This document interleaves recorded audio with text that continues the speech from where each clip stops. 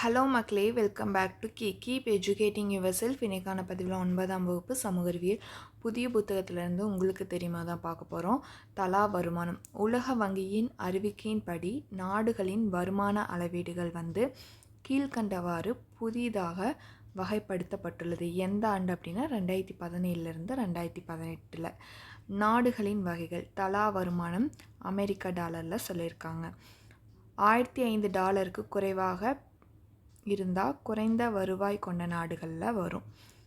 1006 $3955 இருந்துச்சு அப்படின்னா குறைந்த நடுத்தர வருவாய் கொண்ட நாடுகளில் வரும்.